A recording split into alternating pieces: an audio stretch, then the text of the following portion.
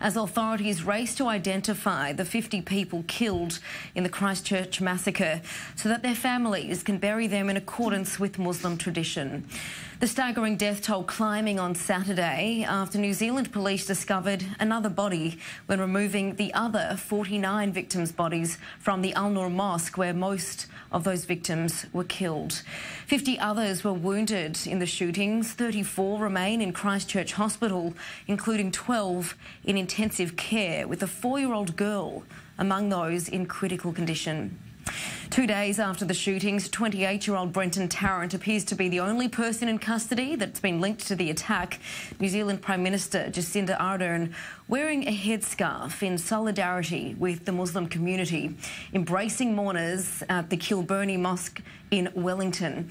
The country's youngest female leader labelling Friday's attack as terrorism, saying the country's gun laws will be amended in response to the deadly attack.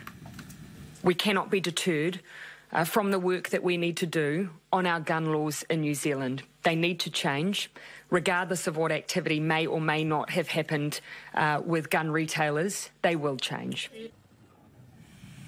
Now, Tarrant, the suspected assailant, is also a suspected white supremacist, and he's been charged with murder on Saturday and is due back in court on April 5. The police say he is likely to face further charges.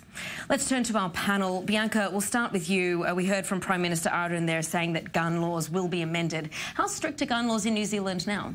Well, they are quite strict compared to the US, but that's usually the case when it comes to Western countries. And I do want to say that what a stark difference it is to hear from the Prime Minister reacting to an event like this and saying we're going to change the laws to try to make something better. And then what we're used to hearing compared to that is, you know, we're sending thoughts and prayers and then no actual action.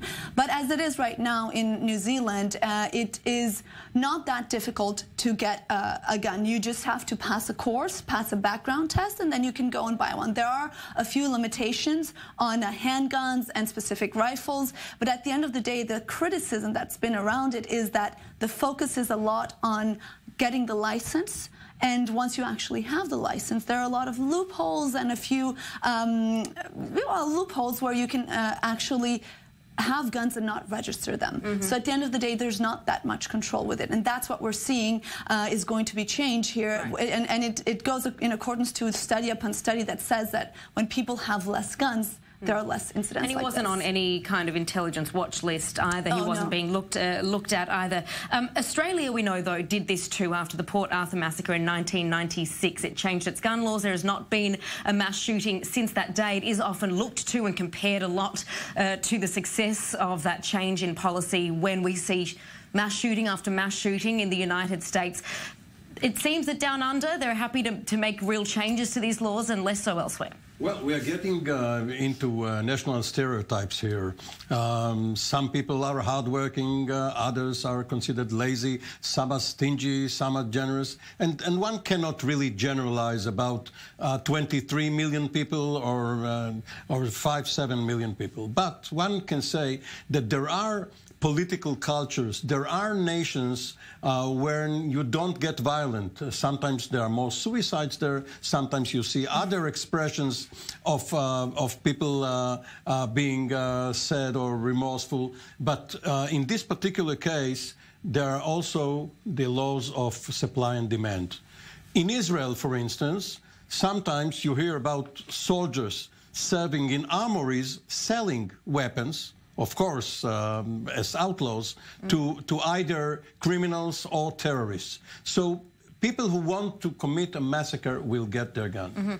Now, Mohammad, Australia, of course, is very reflective in the wake of this incident, not only being New Zealand's neighbour, but the suspected perpetrator being from Australia. We saw the Opera House that was lit up with that silver fern, which is, of course, a New Zealand symbol. It's a plant that's native to New Zealand. You can see those pictures there. And then the conversation kicked into even higher gear when Queensland Senator Fraser Anning, known for his anti-immigration immigration views. He effectively blamed the attack, while not condemning the violence, but effectively blamed the attack on the victims, saying it was because of Muslim immigration into Australia. And talk us through what happened. A 17-year-old boy took that into his own hands. Of course, blamed the victim, and it took a young, very mature 17-year-old who kind of wanted to send a message of this, not only dislike, but disapproval of the senator's message that you can't blame the victims at this time. That's not the case, and that's not the kind of rhetoric that people need to hear at this time. And I am really surprised at the reaction of the senator, an older man, someone that should be more under control, that he hit a 17-year-old because he was egged for something that is outrageous. We didn't see that in the pictures just before. That he said. This is a terrorist attack. There is no two ways about it. 50 people lost their lives as they were kneeling down in worship, in a house of worship, and to call it anything else is just wrong.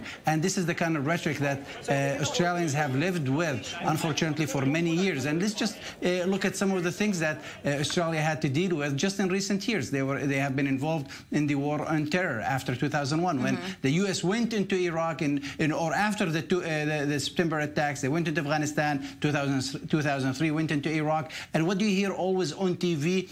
Islam is wrong. Islam is the enemy. Islam and the Arabs are the ones that should be going after. And that eventually will create the kind of environment that someone will actually act on it. And that's why, we're seeing that kind of reaction coming in from... Yeah, interestingly, I just have to point out, in the wake of that Lint Cafe siege, if you remember, when Australians were taken hostage in Sydney in Martin Place, what trended on Twitter was the hashtag I'll ride with you. I'll remind our viewers of that story when a woman wearing a burqa was riding on the train and was afraid that she would become a target in the wake of this incident in the Lint Cafe, and an Australian went and sat with her and said, put your burqa back on, your hijab rather back on, I will ride with you. And that began to trend on Twitter, because what we do see, at least the good thing coming out of this, is that solidarity and that unity. Good people are everywhere, and they are far more than bad people. And there was an Australian yesterday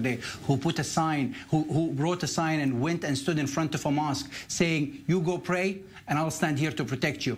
That's the kind of stories that we need to focus on more than any other stories. But unfortunately, sometimes it's the other stories that get the attention that it gets, and the good stories don't. But now we are faced with a huge task at hand. This is a story that definitely needs to be covered wall to wall, because it shows, again, that Muslims, like any other group in this world, are target for terrorists. We don't normally call bombings in Iraq and Syria and elsewhere in the Middle East terrorist attacks, even though they're carried out by ISIS and other terrorist groups against Muslims. Right. We're going to talk about that after the break. But first, of course, I want to get some insight from you as to where we are seeing this kind of solidarity coming from overseas. Well, first of all, I just want to add, though, that I think it's unfortunate that it has to take a tragedy like this one to actually remind people why we need to have solidarity and why it's important. It's wonderful that we see it, and we are seeing it after the Pittsburgh attack in the U.S. We saw Muslims coming together. 11 people were murdered in a synagogue. We saw Muslims coming together, raising money for the victims, and right now the Jewish Foundation in Pittsburgh are doing the same, raising a fund and doing the same. And again, this is beautiful and it's necessary, and it reminds us of our humanity, but it is a shame that it has to take these horrific incidents all over the world for people to remind themselves that we need to stand together. The focus should be on finding more sustainable, long-term ways of having a rhetoric that is based on action as well. We have to go out for a break, Mohammad, though I can see you're quite emotional. What's moving you right now? Well, again, I think if these situations are left to the people, they know how to take care of themselves. People are good, inherently good, whether you're Jewish, whether you're Muslim, Christian, or even one without any faith. People are good. I grew up in the U.S. I know how good the U.S. is. I know after the Pittsburgh attack on the synagogue, how Muslims, some of them that I know personally, came out to help their brothers, in Pennsylvania, in Pittsburgh. And that's exactly what we need. Unfortunately, those in higher places, those officials who want to take advantage of these situations for their own benefit are the ones that need to be fought. Absolutely.